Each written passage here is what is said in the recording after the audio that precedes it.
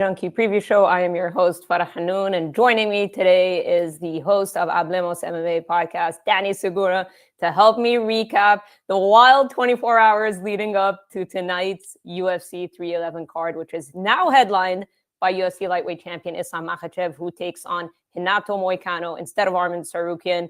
But we still got a banger co-main event, still some fun fights on the card. But man, Danny, first off, what was your reaction when you found out about the news? And, hearing about Arman, we found out, obviously, Mike Bond, who's on location, talked to Pahumpa, who coaches both Arman and Renato Moicano, that it was a back injury, that he seemed like he was dealing with it before. But kind of what was your reaction to the big news?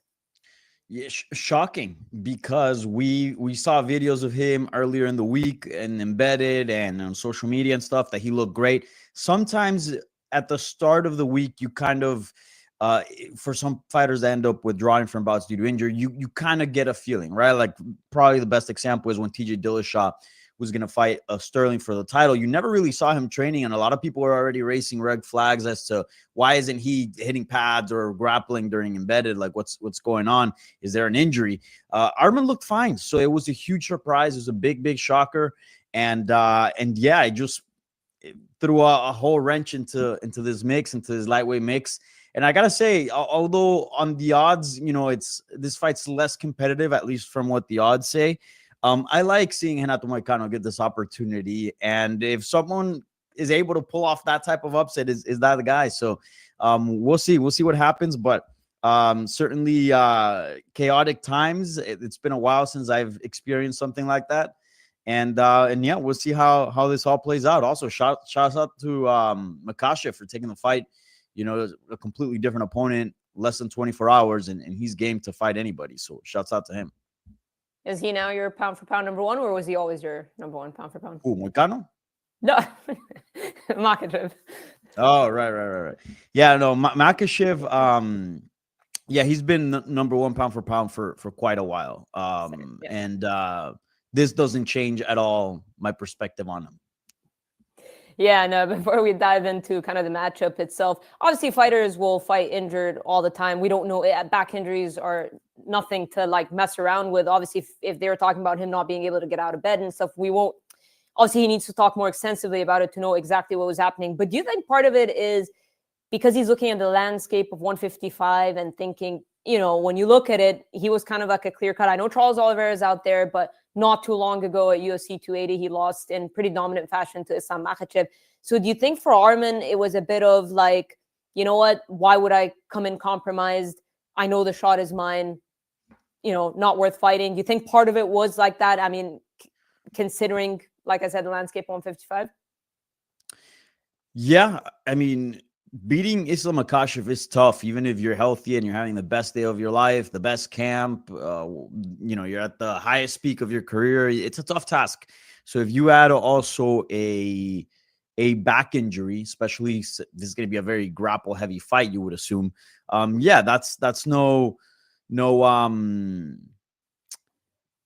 a good idea. So I do think if you're not 100%, fighting Islam, pull out. And as you mentioned, the landscape of the 155 division, a lot of the top guys have already lost to Islam, or they've had their chance, saying a Gaethje, a Poirier, a Charles Oliveira. So even if he does not get the next title shot, I don't think the road would be too long, maybe one more fight to win. But we'll see. I've also seen some sort of rumors and speculations been thrown around about this injury. Some saying that Arman is scared and he pulled out. Look, he already fought the guy on short notice, far less prepared, for less money, and a less coveted spot on a UFC card. Like, of course, he's gonna fight this Islam this time around. Like, that's BS. I've heard some other stuff as well, which I don't know if I want to get into that and start spreading not misinformation, but stuff that we haven't verified. But it's certainly interesting, his withdrawal. Yeah, because that's why I bring these points up, right? Because I'm surprised at the amount of criticism that he's gotten. I think people are probably upset that they're not going to get the fight that they wanted to watch. And Manny Moicano is a lot of fun, but we're going to get into the betting odds in a bit. He's obviously a massive underdog, and stylistically, even if he had a full camp, I think he'd be a pretty big underdog as well. So I think it was a little bit of a frustration that they're not going to get the fight they get, because a lot of people felt like Arman was kind of a live dog. Like, is that the way you looked at it before the fight change? I think he was at around a -2 something underdog, but some people felt like the odds should have been closer. Arman definitely has a better shot than Moicano, in my opinion. The lines suggest that as well, and I think most people would agree. But I was still picking, and I felt pretty confident in picking Islam Makhachev to beat any of these guys. Islam Makhachev, as I told you just a few minutes ago, I think he's the #1 pound-for-pound guy by a mile. He's maybe the best fighter we've ever seen. He's certainly the most versatile fighter. I mean, he's got it all. So no, I do think that no matter who steps up to the plate in the cage tonight, Islam Makhachev is going to get his hand raised. And yeah, I had picked him as well. But if we look at the odds for Makhachev and Moicano, according to BetMGM, -1200 favorite Islam Makhachev, +725 for Moicano. I'm not crazy surprised. Are you? No, not at all. This is more or less the way it should. They notice, yeah, as well. They notice as well. Like, yeah. Yeah, and if we look at individual odds, tell me if you like any of these. +175 Makhachev by KO or TKO, -125 by submission, +550 by decision. We'll get into Moicano in a second, but yeah. I don't like any of them. I don't think you should put your money on Moicano, pardon the pun. But look, if you want to get wild, I think the way No, these were this is Makhachev. Those were the individual odds. Sorry. They would have been way crazier for. Okay, I'm gonna get to it. Yeah. Repeat them again. Sorry. Yeah, all good. So it is +175 knockout TKO, -125 submission, +550 decision. I'm not touching the decision at all. I think Makhachev finishes Moicano. I think that's the most likely outcome.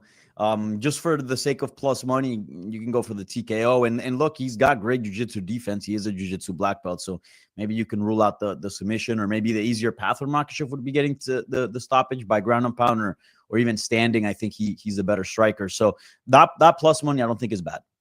What is it? +175 you said again? Yeah, +175. And Moicano's been submitted once before only in his career, and that was to Brian Ortega. That was a very fun fight. Guillotine, I mean. Yeah. Yeah, but I mean, nonetheless, I agree with you. I think that most of his kind of losses, he is a bit of a kill or be killed type of fighter.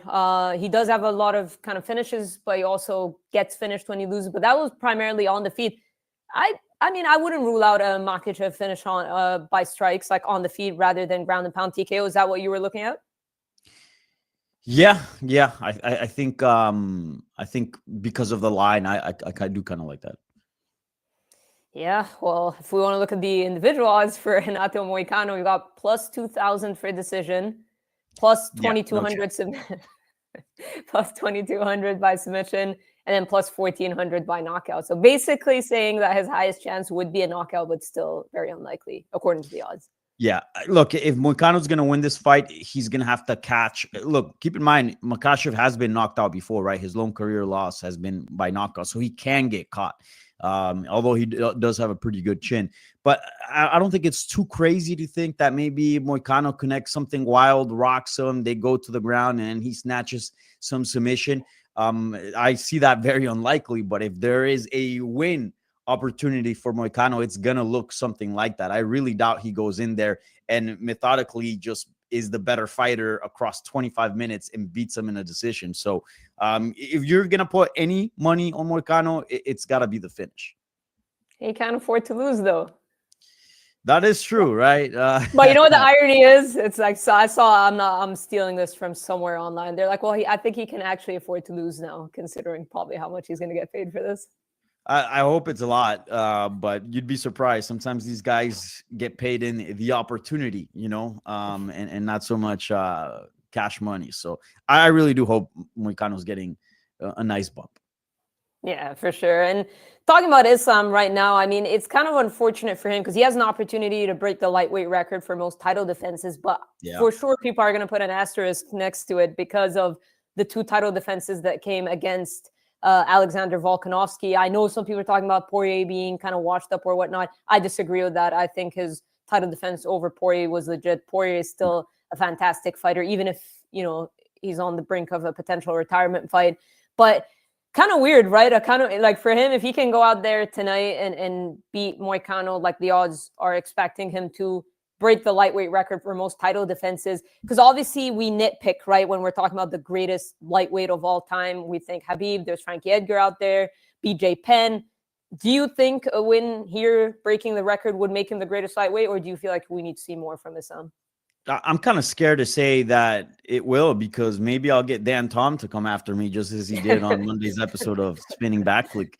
But I really do. I really do. Look, BJ Penn is great, and I think he did a lot of things great for outside of the sport. And I think his legacy is big, obviously winning a title at 170. But we're talking about specifically what he's done at 155. What he did at 170 doesn't matter, right? It doesn't matter in this conversation. And clearly, like, those title defenses twice against Volkanovski, and at the time, especially the first one, Volkanovski was considered the pound-for-pound best. He's defeated Charles Oliveira. He defeated Poirier, a chance to get here a fourth. He's certainly the best lightweight we've ever seen, the greatest. I think there's an argument for others, but in my personal opinion, 4 consecutive title defenses, only 1 career loss. Yeah, I think he's the greatest. Yeah, and look, it's not his fault. Like, people need to calm down. Like, these circumstances aren't his fault. But, you know, he talks about welterweight a lot. Obviously, with Belal Muhammad right now as champion, they're not going to fight each other. He's kind of banking on things could, like, this is a crazy sport and things change and whatnot. But I don't know. I understand his desire to get a second belt, because when we think kind of legacy, like, people are already putting Payton as a Hall of Famer because he's got those 2 belts. He's got the title defense. He's done so much in such little time. So I think these big accolades always make it a lot easier for us to be like, all right, this guy is top, whatever. But for me, I think Islam has an opportunity to notch 6, 7, 8, 9, like, kind of completely separate himself. Because obviously we all thought Khabib was going to do that, and he retired prematurely. But considering that it's only been 3 title defenses for the longest time, I'd like to see Islam just stretch it out to 6, 7, 8. What do you think? I'm with you. Look, 55 is definitely the sexiest weight class that exists in the sport. Is the weight class that's given us sort of the biggest moments. It is a weight class that is really, really highly regarded. So becoming the greatest of all time in a specific weight class is already, like, you know, huge. But at 155, man, that's like 10x. It's very, very big. So I agree with you. Like, if he wins another belt, say at 170, like, sure, his overall legacy would look nice. The 2 belts look nice in the photo and all. But being able to say and leave no doubt, and I think he has the chance to do that, not only beat it, but without any doubt, the lightweight GOAT, I mean, that in itself is huge. There's a reason why there's only 3 title defenses, and we've seen how many talented fighters have come across that UFC belt. It's just a really hard weight class. So if you're able to maintain a 5-6 title reign, which I think is very much in the cards for Islam Makhachev, you should definitely take that opportunity. So I'm with you. I think lightweight GOAT over champ status is far more important. And even when we talk about GOATs in general right now, we're always pointing to title defenses, right? I do that myself often. Yeah. We talk the GSPs, the John Jones, the Anderson Silvas, Demetrius Johnson. It's because they have what all those other guys don't, and that's many title defenses. And that's why a lot of people refuse to put Khabib in top 3 or whatever discussion, because they're like, well, he walked away too early and whatnot. So for me, title defenses, especially now, he could make the argument that it's the toughest division, at least in many people's eyes, that if he can go out there and at least stretch it to 5, 6, or 7, I don't know. I feel like we're not just talking about lightweight GOAT, but he can put himself in that conversation of just GOAT in general. 100%. Look, this is what I would suggest to him if I were in his camp. Dude, not break the record at least. So we'll obviously focus tonight on Saturday. Defend it 1, 2 more just to get a little bit of a head start for the record, and then jump up to 170. Look, Belal Muhammad is what, 36, 37. He's looking great, but I don't suspect he's going to be champion for too long, just given the age. No disrespect to Belal, but that's just the way the sport works. Islam's still 33, so maybe just break the lightweight record in title defenses, notch a couple more to kind of set yourself apart from the record, from the original record-breaking number.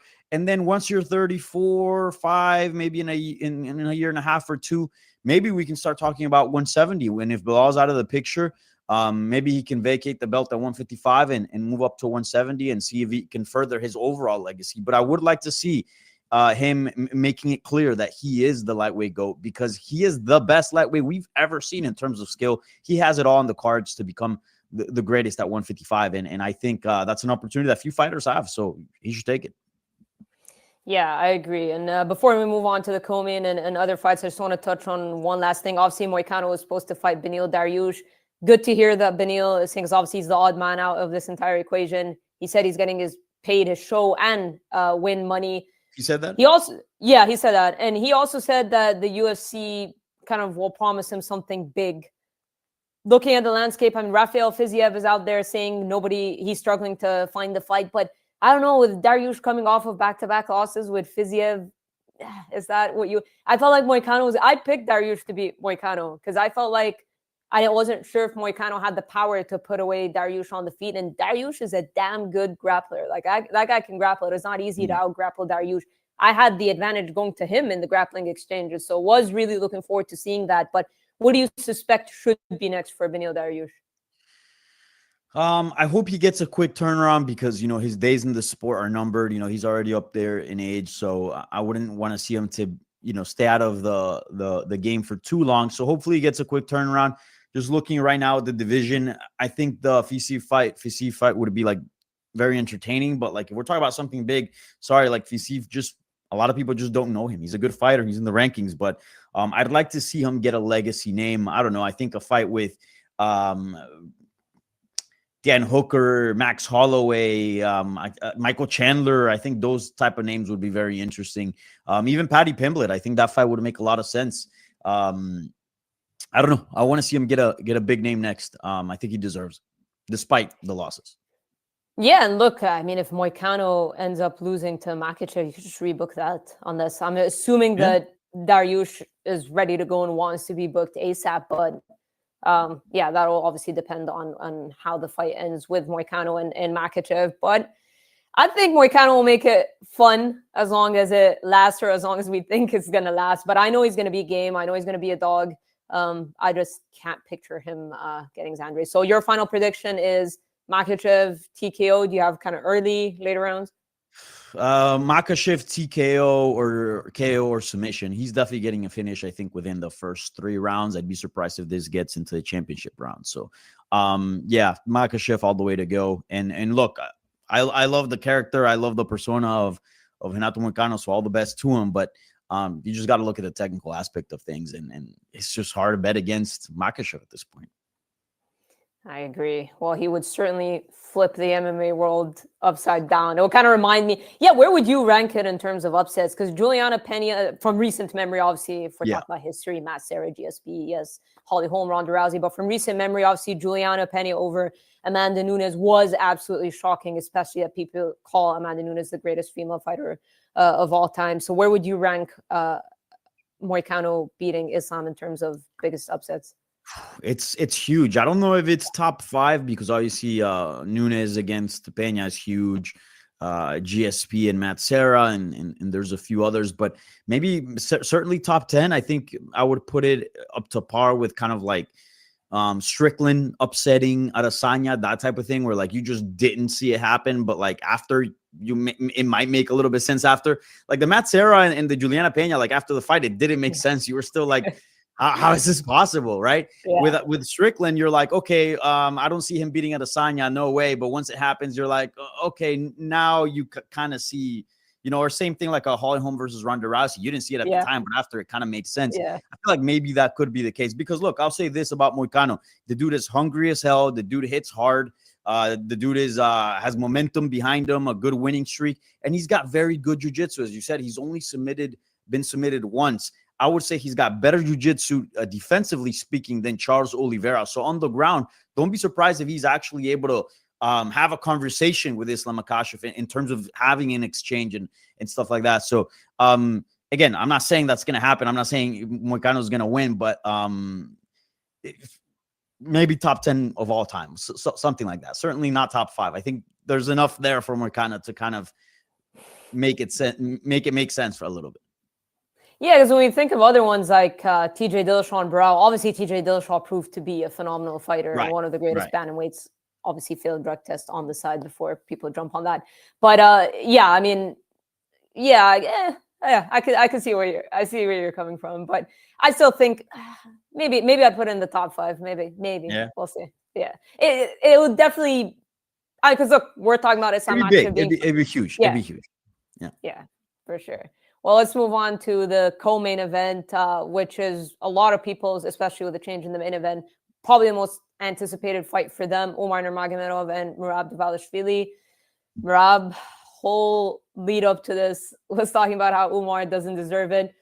Even when I spoke to him in Abu Dhabi in October, he was, talking about the same thing, saying that he would be down to rematch Sean O'Malley, but like in November. And he said a lot of things that he probably shouldn't have said. Like, I tried to get him to explain for his own benefit, but I think what he was trying to allude to was he saw Sean O'Malley, like a rematch with O'Malley, before obviously he knew that O'Malley had to undergo surgery, as an easier, like with Umar, he basically acknowledged that he would have to prepare for him fully. It ends up being like in January, earlier than Merab wanted. Do you feel like the UFC pressured Merab? Do you feel like they needed a co-main event? They wanted Umar with Islam to make this a whole kind of like, obviously with Tagir Ulanbekov kicking off the night.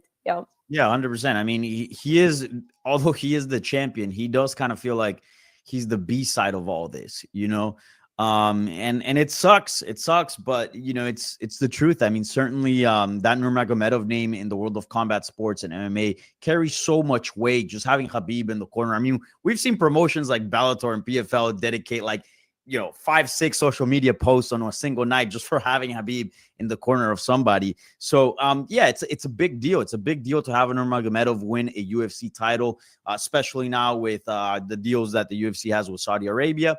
There's no secret who the UFC wants to have win. Obviously, they can't control the result. They can just kind of maybe set things for the fighter, but I mean, it's no secret that Merab has the odds stacked up against them in this one.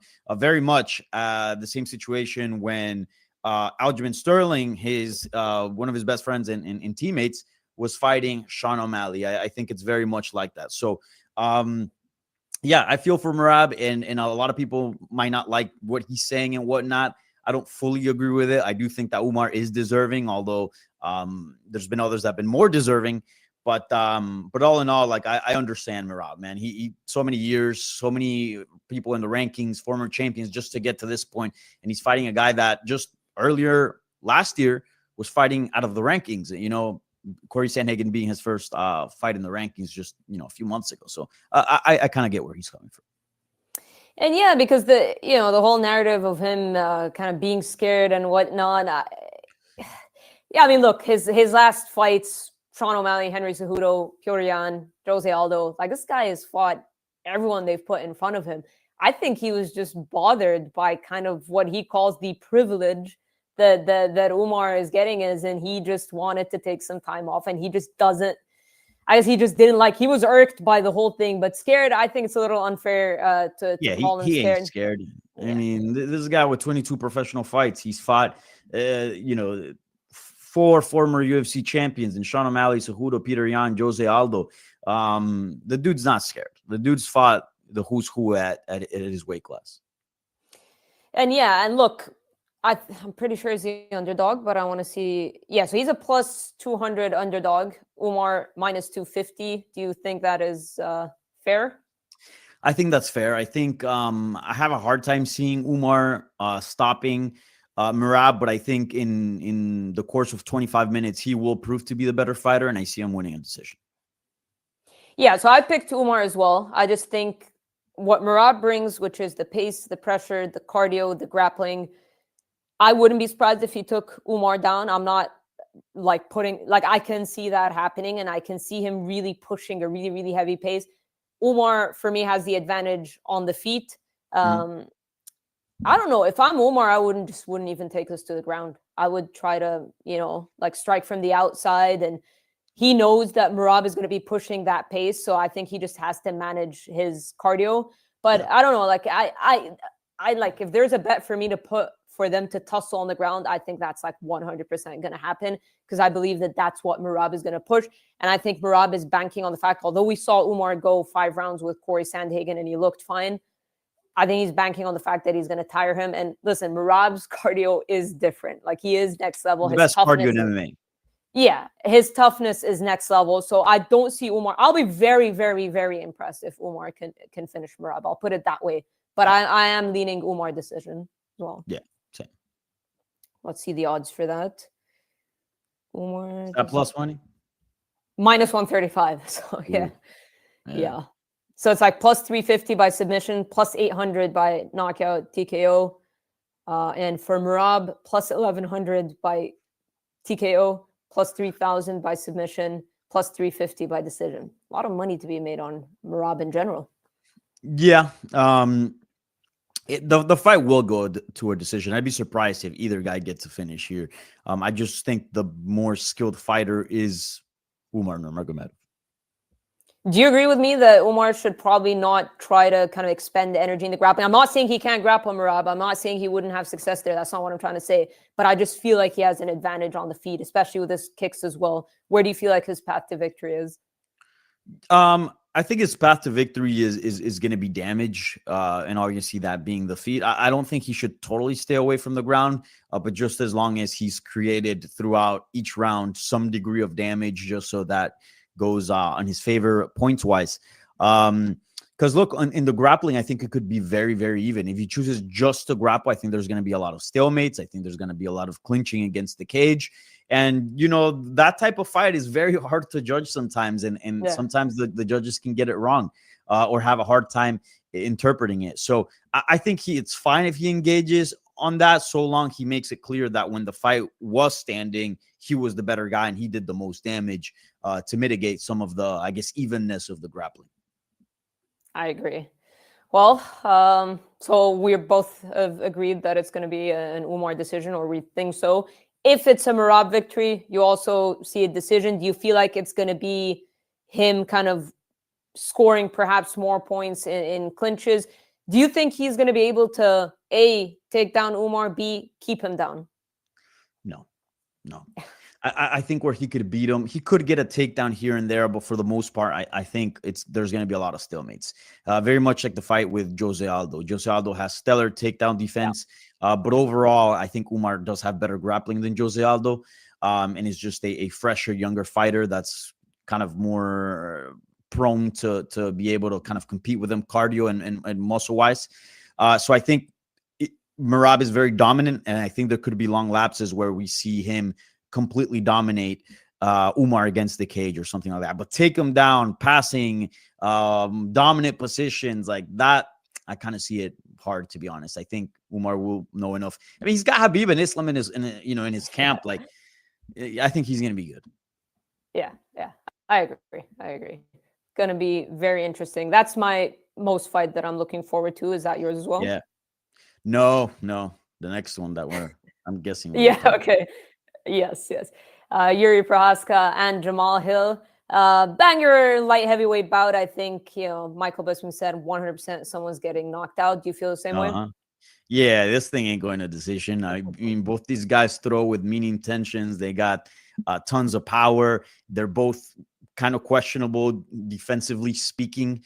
They're both in need to make a statement because they're both coming off defeats. So we know that they're big names. They can talk, which helps their campaign for another title shot. But that's got to be paired with something crazy, with something exciting. So, yeah, these guys are going to go for the finish. I don't see this going to a decision whatsoever. Who do you have? I'm going to go with Jiri, and I'm actually surprised. I don't know if the lines have changed, but at least from what I saw a couple of days ago, he was the underdog. There was plus money on him to win in general. I think Jiri by knockout or TKO, I think that's a solid pick. Jiri is far more dangerous, in my opinion, than than Jamal Hill. I think he has more volume. He's more unpredictable. Overall, he just causes more damage than Jamal Hill. I do think that Jamal Hill has slightly better defense.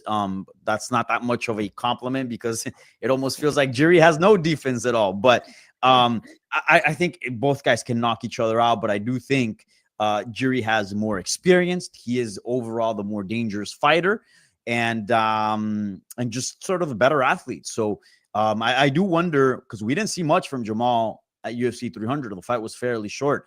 Some of those injuries, especially the Achilles, I really do wonder how that would play out if the fight kind of drags out over a round or two, right? Not just a few seconds. So I'm going with Jiri Prochazka on this one. So I picked Jamal Hill, and the reason I don't know, like I love watching Jiri fight. Like, this guy is wild, he's entertaining, but if I was putting money, like, this would be the most fighter that would like drive me crazy, because obviously the hands down, Really? like, yeah, because I mean, look, when you look at a technical, like, even if you look way back to his fight with Volkan Ozdemir, like, he gets hit and he looks like. I can think of somebody on this card that I think it'd be more frustrating to put money on, to be honest. Kevin Holland? Yes. No. He's far more unpredictable as far as, like, we don't know what to expect. Sure, Jiri takes a lot of risks, but if you're betting, that guy finishes, right? Like, what, he had a crazy win streak. Was it like, how many knockouts in a row did he have? So, like, even though he has poor defense, and I get that, he's a fairly consistent fighter. He goes in there to kill or be killed. Like, this is not going to the judges. And yeah, I'm just picking him. I do think he's got the better offense between the two. 10 knockouts in a row he had until he submitted Glover Teixeira to win the title. I get where you're coming from. I think the way I look at it is, if Jamal Hill gets lured into a brawl, Jiri wins. I love the Jiri Prochazka Alexander Rakic fight. That was an amazing fight, and I felt like I had picked Rakic. Rakic looked really good. And I think regardless of the layoff and the injury layoff and stuff, I feel like that fight probably would have gone the same way. He just looked like the better and more technical fighter. And then Jiri just turned it into this wild brawl that lured Rakic in. And that's where he thrives, right? It was the similar thing to the Volkan Ozdemir one as well early in his career, his debut. If Jamal Hill, and I know Jamal Hill's a very confident guy and he's oozing confidence going into this fight, and obviously dealing with a lot of hate from his loss to Jamal Hill, Alex Pereira.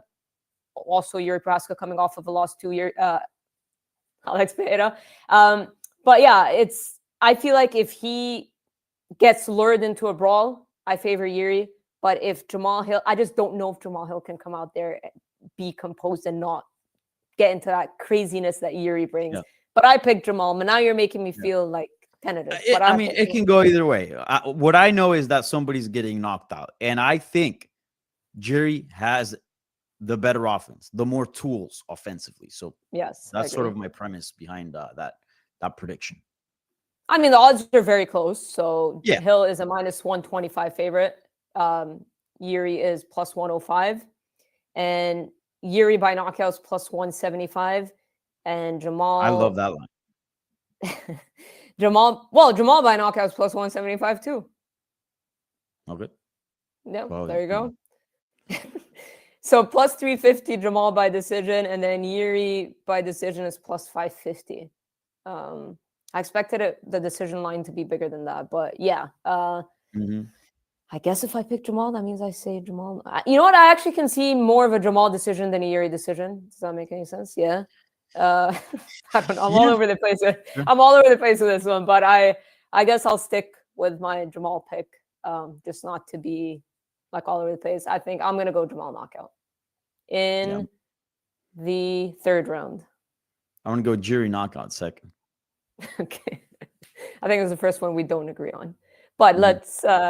We'll jump to Jailton Almeida if we're going to stay in order with Sergey Spivac. I believe Almeida is pretty sizable favorite, if I'm not mistaken.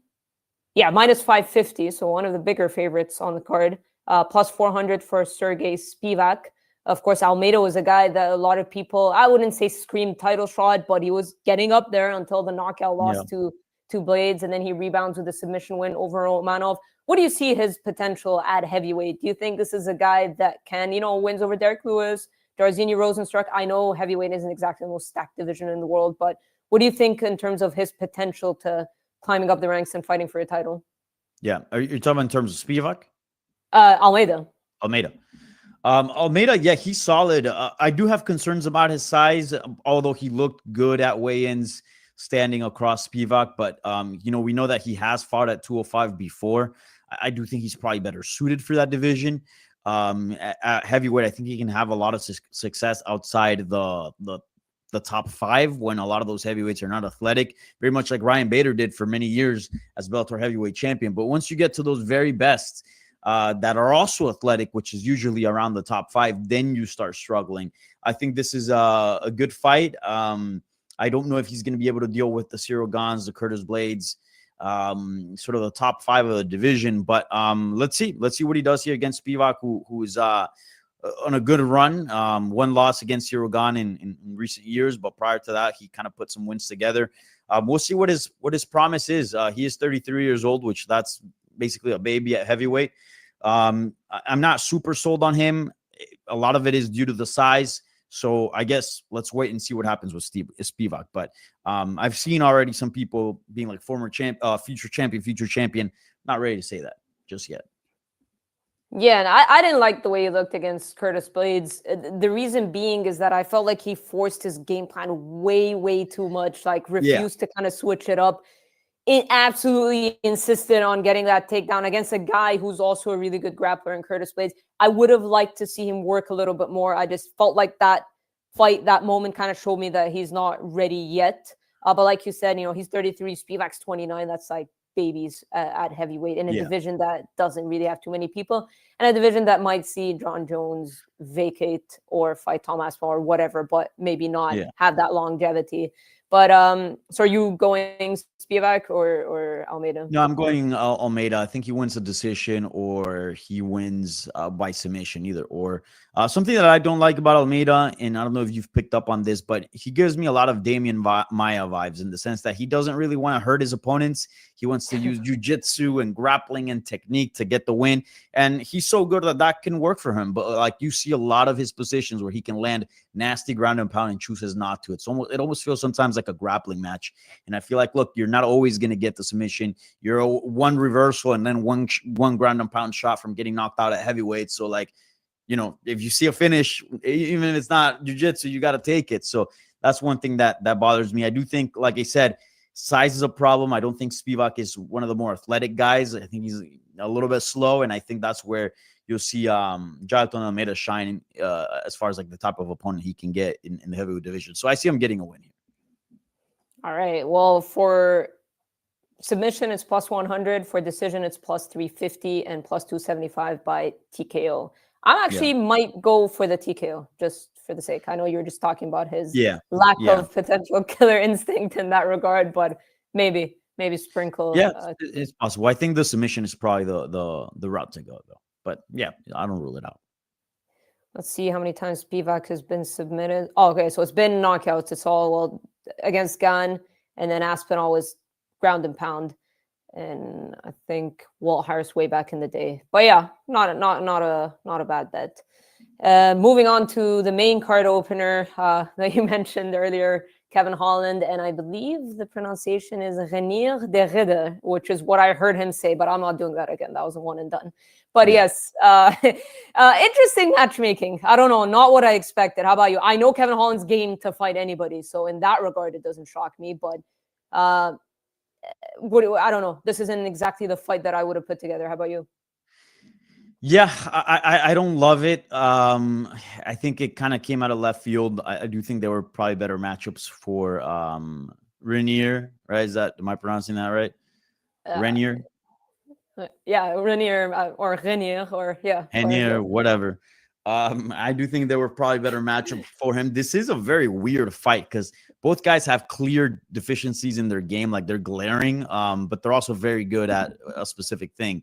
And it just so happens to be opposites, So, yeah, this is an interesting fight. We'll see what happens. I believe Kevin Holland is the underdog in this one, right? Let me take a look. Kevin Holland.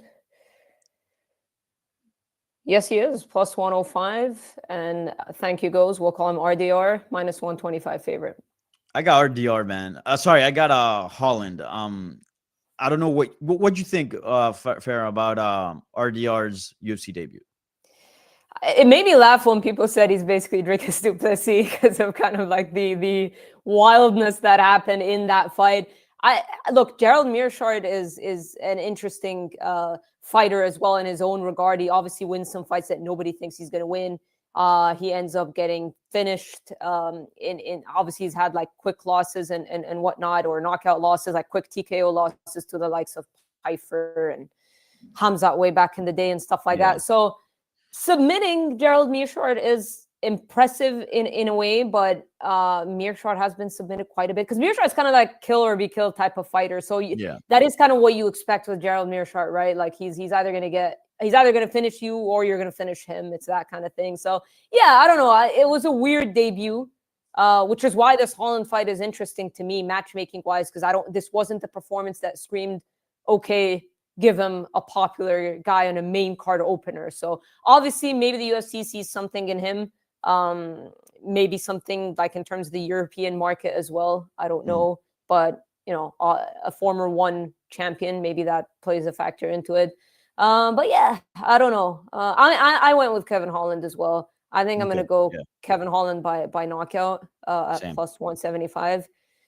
I mean, RDR's 2 losses have come by knockout, and I know they were for the one championship, and he's outside of that had a really good record, but obviously different level of competition in the UFC. But I think Holland knockout. I'm going with that. Yeah, I'm going with that as well. I thought he looked pretty terrible if I'm keeping it 100 in his debut. I mean, Gerald, who's like 35-18, doesn't have the best record out there. That's a guy that you usually run through, right? If you're a promising guy, like you run through him. RDR really, really struggled. And I believe he got rocked at some point. Like he almost got knocked out in that fight against a grappler. Kevin Holland hits like a truck. His power, even though I do think he's a 170 fighter, his power does carry at 185. I don't think RDR is like grappling. I think it's dangerous. He's got some issues, but it doesn't look sturdy. It doesn't look like if the guy takes you down, you're staying down. Like, you know, if he takes you down, he might catch you in a submission, but there's going to be a lot of scrambling. There's going to be a lot of get-ups. And I think Kevin Holland is a very good scrambler, and I think his jiu-jitsu is underrated. Although a lot of people, you know, criticize him for his lack of grappling. Look, I think he finishes him. I think RDR looked pretty bad on the feet, to be honest. I was kind of looking at the guy like, this is the guy that's a 2-division champion over at 1. Like, maybe it was a bad night for him. I gotta admit, I'm not too familiar with his run in 1. Maybe he shuts me up on tonight. Maybe that's all in the cards. But from what I saw, Kevin Holland is definitely capable of putting him away and beating that kind of level of opponent. And yeah, like I said, I do feel like the way the UFC have kind of built him, because Meerschaert, excuse me, is the fighter that people like, that the UFC matches up with kind of who they see as prospects, right? Back in the day, Mahmoud Muradov, Hamzat Chimaev, Joe Pfeiffer. There seems to be a specific pattern, Edmund Shabazian. So now RDR. So it's like giving him Gerald Meerschaert, and then you go from Gerald Meerschaert to jumping into a pay-per-view main card opener against Kevin Holland. They obviously see something in him, or maybe a market they're trying to build. Yeah. But yeah, I don't know. I'm the same as you. Based off of what I've seen from his debut, I don't know if I'm confident in picking him. So I am going Holland by knockout. But we'll find out in a matter of hours. But I also want to talk about Payton Talbott, of course, because he's one of the prospects that a lot of people are looking forward to seeing. He fights Raoni Barcelos.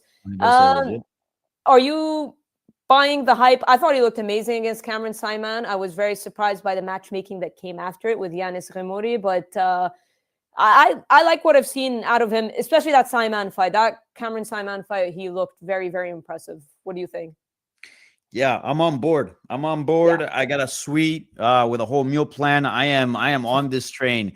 It almost feels like when he's fighting, like time slows down, and there's very few fighters that have that level of mastery. It really reminds me of when Sean O'Malley was coming up, that it didn't really matter who he was fighting. You could still see the high level technique in there. Like he could have beaten a can, let's say, although there are no true cans in the UFC, but what he showed you still communicated high level fighting. That's exactly what I see with Payton Talbott. Payton, by the way, has been living in Mexico. He's working on his Spanish and training out of the UFC PI in Mexico, which is Mexico City is obviously one of the highest cities, one of the biggest and highest cities in terms of elevation. So I expect him to be super in shape, and this guy's good. This guy's really, really good. I think he should knock out Juani Barcelos, who's been knocked out before, 37 years of age, at some point a very, very good fighter, but I think the time is past. I think Payton Talbott wins tonight and is ready for a ranked fighter. Easy. Well, that was going to be my next question. So, I'm also on board with the Payton Talbott train, like I said, because it's hard to gauge when, and I know the guys that he fought on Uriah Faber's promotion, like I think they had decent records, if I'm not mistaken. So it's not like they were total, like, sometimes you see guys early in their career fighting guys who are like 2-10.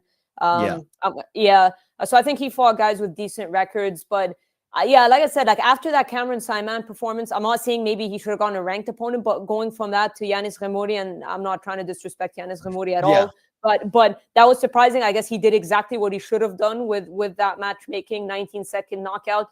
Do you actually think if he beats or finishes Raoni Barcelos that they're going to push him right to the rankings, or do you see a bit of a similar like Sean O'Malley path where maybe a couple of more of these fights and then the rankings? No. I think he gets pushed into the rankings. I think the UFC saw a lot of promise in this fighter, and the reason why they gave him Yanis and then now Barcelos is because they see something special there, but they don't want to be wrong and maybe rush him as they've rushed other prospects. But I think if he beats Juani Barcelos and the way he's been beating everybody else, I think it's pretty clear where he stands among the world's best. He's certainly a top 15 talent, and he has a chance to further prove that tonight. I think the UFC just kind of wanted to double check the locks and make sure everything was sealed before sending him up in the rankings, because that's a division that is aging. I mean, he's fighting a 37-year-old. We see Merab getting up there in age, Cejudo. Cruz is retiring in his next fight. We see a lot of those guys that populate. Aldo's not going to fight for much longer. A lot of those big names are going to start sort of fading away in the next year or two, and you really need to bring out the crop. So I guess they didn't really want to fuck this one up and send them into the rankings too soon. So I think they've done their due diligence. They've done their homework. They've cooked them right. And if he gets an impressive win, send him to the rankings. He's ready. And I'm looking at some of the records of the guys he fought. So obviously when he was 0-0, fought a fellow 0-0 guy, and then a fellow 1-0 guy, and then 4-2, 5-3, 8-1, and then it was the Contender Series. So decent record. We've seen way worse, like with guys in the come up. I know he's only got 9 professional fights, but something even look at Khabib's early record and look how amazing. And it doesn't matter who he's fighting. It's very much like what was happening to Kayla Harrison. Like most of the opposition that Kayla Harrison was fighting over at PFL didn't have the best records, wasn't good, but it didn't matter. You just had to see the performance and you could see the level there. That's my thing with Payton. I don't care who he's fought. I care what I've seen, and I know what I've seen. That guy slows times down. He has precision at the elite level. He is already one of the world's best, and he just needs to prove it.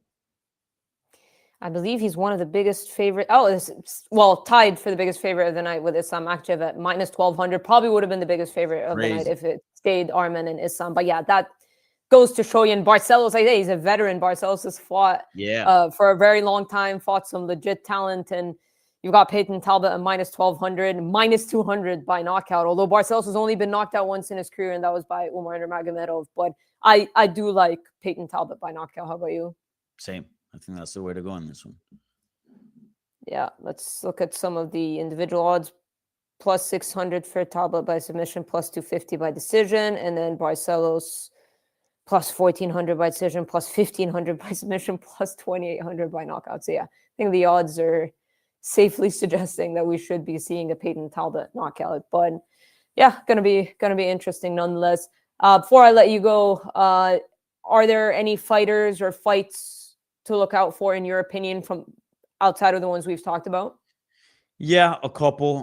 Grant Dawson versus Yes. Carlos Diego Ferreira. Two of kind of like the ugly ducklings of 155. They're not the most beloved guys, but man, are they good, you know? So I think the winner here gets put in a very good position. And I do think it's going to be a very fun fight grappling wise. Everybody was talking about, Arman and Islam. And obviously that fight just was a treat for any grappling fan. But I think this is also that. Not as much, but still, I think it's a very good fight. And another fight that I want to highlight, Argentina's Ailin Perez, who fights Carol Rosa. Very, very tough fight. Ailin Perez, in my opinion, is one of the more interesting personalities right now in that division. She gets it. She gets the promotional aspect. She likes to steer the pot. She's already talked about Kayla, already talked about Juliana Peña. I think this win certainly gets her in the top 10 of the division. And not only that, but would get her a big fight, a big name fight next. And this is also a fight that, Carlos Rosa is very, very good, very, very legit, very dangerous. This is easily her toughest fight of her career. And she's already proving she has star power in terms of marketing and all that. But tonight she gets to prove if she can be a legit fighter and be among those top 5, those top 10 fighters. So we'll see. This is do or die in terms of sporting wise for Ailin Perez, and I think it's a very, very good fight. And that division, let's be honest, Farah, like the women's divisions, like in 2024, women's MMA wasn't great. We need more personalities. We need more names, and I think Ailin Perez would be great to have, up there and among the best. Yeah, well, she is a plus 200 underdog. Do you think she can get it done, or are you going? Tough one. I think the odds are what they are. I do think that they're fair. If gun to my head, I have to put money on it, like or my life on it, let's say, like I'll go with Carol Rosa. But Ailin Perez by decision. Something that I picked up on Rosa is like, she has lost against fighters similar to the profile of Ailin. Strong ladies that are grapplers, right? Like Norma Dumont. I know Carol Rosa did beat Yana Santos, but that was a split decision and it was a very close fight. Sarah McMahon defeated, obviously a standout wrestler, defeated Rosa. So we know that Ailin's thing is the grappling. She's very good at it. She's evolving. So I don't think it's crazy to put some money on Ailin Perez by decision. I love what is it, like a plus 300 or something? I think that there's a very good, okay. Yeah, I think that's a very good chance that it may happen. I don't think she submits Carol Rosa. I don't think she knocks her out, but like a decision, I think it's very possible. All right, there you have it. I'll let you go so you can get prepped. We're basically minutes away from the first fight starting. Danny, I appreciate you joining me. Thank you so much, and enjoy the fights. All right, before we wrap up, I'm going to be joined by George from MMA Junkie Radio, who's going to give me his predictions before we kick off the first fight of the night. George, before we jump into the main card predictions, I'm going to ask you the same question I asked Danny from the prelims. Any fight or fighter that stands out for you in terms of whether your personal excitement to watch them or what you think people should look out for? Okay. From the excitement level, wow, yeah, that was a really, really good question because I was all ready to go on the predictions. But the one I guess I'm the most pumped up. Is that what you want to know, Farah? The one I'm most pumped up for? Woo! I guess it's got to be the co-main event. And even if the main event was still intact, I'd still tell you the co-main event because it's got a little bit of heat, right, between the Georgian and the Russian. And they've been chirping back and forth.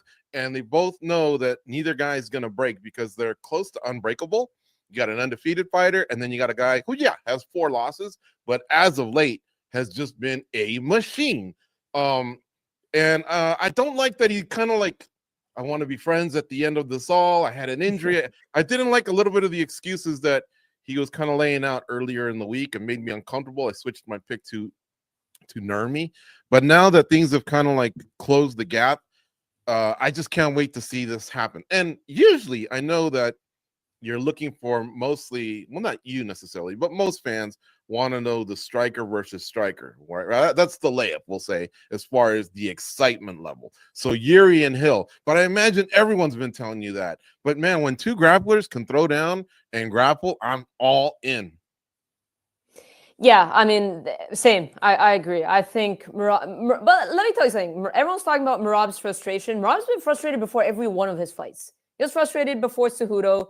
He was frustrated before Sean O'Malley. He was frustrated before Petr Yan.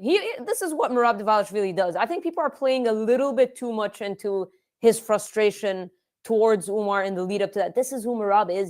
He's an emotional guy. He wears his heart on his sleeve. Super cool dude, by the way. Got to meet him properly in Abu Dhabi and interviewed him. Like, he's a chill guy. He's just very emotional. That's who he is. And he's performed tremendously before, granted how emotional he was. So I think that people are overthinking that.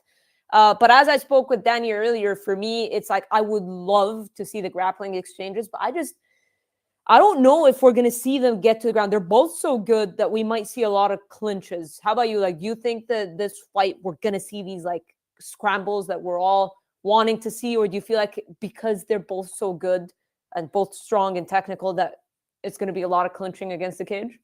Okay, excellent point with what you said about previous fights and Merab's attitude in it. I guess I had a little bit of the vibes of his teammate and one of his best friends, Sterling, and how things went with the quick turnaround for his fight, and it may have cost him the title.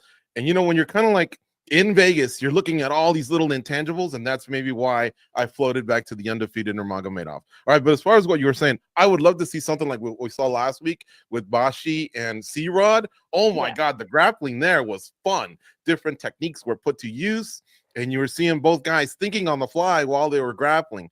And again, I'm striker first, right?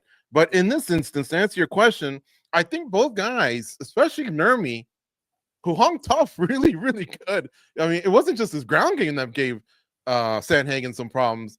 He was really impressive with the stand-up. Yeah. A lot of people don't know it's not just the older brother. Wait, I can't remember who's older between Usman. He's older. He's older than than Usman, right? Yes. Okay, Umar's but Usman's the bigger guy. There you go. And but they both actually strike first, but they have taken to the grappling, and so I think they're going to stand more than they'll clinch. But then when it's time to secure a round, or to just maybe if they see some sort of an opening, because that's what the Dagestanis are really good at. I mean, even like Poirier picking up his shorts, Makhachev was all over that. It's these little tells, right? When they have a chance to explode and blast a double, they will. I don't think we'll see much grappling. I just think you'll see, out in the open, timing. Takedowns that require timing, a la GSP. And if they're not doing that, then I think they'll stand. Now, work might come from more than the other guy is the Dvalishvili side, because if he is successful and he can keep them down and he can bank rounds, then that's what he'll start to do, is test your cardio. Yeah, and look, based off of the strategy that the Aljamain Sterling camp had against Henry Cejudo, which moved on to Merab versus Henry Cejudo, obviously when you look at Henry Cejudo and his decorated wrestling background, Olympic gold medalist, your first instinct isn't to grapple him, right? You would think that's not what you want to do with Henry Cejudo, but that's what Aljamain Sterling did and succeeded. That's what Merab did, and that tells me that camp in general feels like that their guys can grapple with anybody, Umar included. So from the Merab side, I feel like for sure that's what he's going to go. Push the pace, test Umar's cardio, grapple. He'll be satisfied with stacking him against the cage for 25 minutes. He's not going to get frustrated from doing that. We saw him do that against Jose Aldo. Couldn't get him down, but we saw him take down or attempt, what was it, like 59 or whatever takedowns against Petr Yan and land 11 of them. This guy doesn't care. He doesn't care if the entire arena is booing him. He's going to pressure you. He's going to implement his game plan. So from Merab's side, I feel like that's kind of a given. Umar's side is the one that I'm interested about, because I feel like he has the advantage on the feet. I feel like if he keeps it on the feet, doesn't try to expend too much energy in the grappling unless he has to when Merab initiates, I feel like that's his path to victory rather than trying to clinch up. And because like Danny mentioned earlier, it's hard to score these rounds when you're just clinching and you're against the cage. Like, I don't even know what the judges are looking at there. And especially if it's Merab pushing him against the cage, that's going to look like more points in the judges' eyes. So I don't know. I'll be interested to see. I'm sure Umar thinks he can take Merab down, but I'm just interested to see what his strategy is going to be. But I picked him. How about you? I'm going Umar decision. What do you think? I'm going with Umar as well. And it's those intangibles I noted earlier. But really, they really have taken to the grappling, like their cousin Habib, but they both obviously are more from the striking side.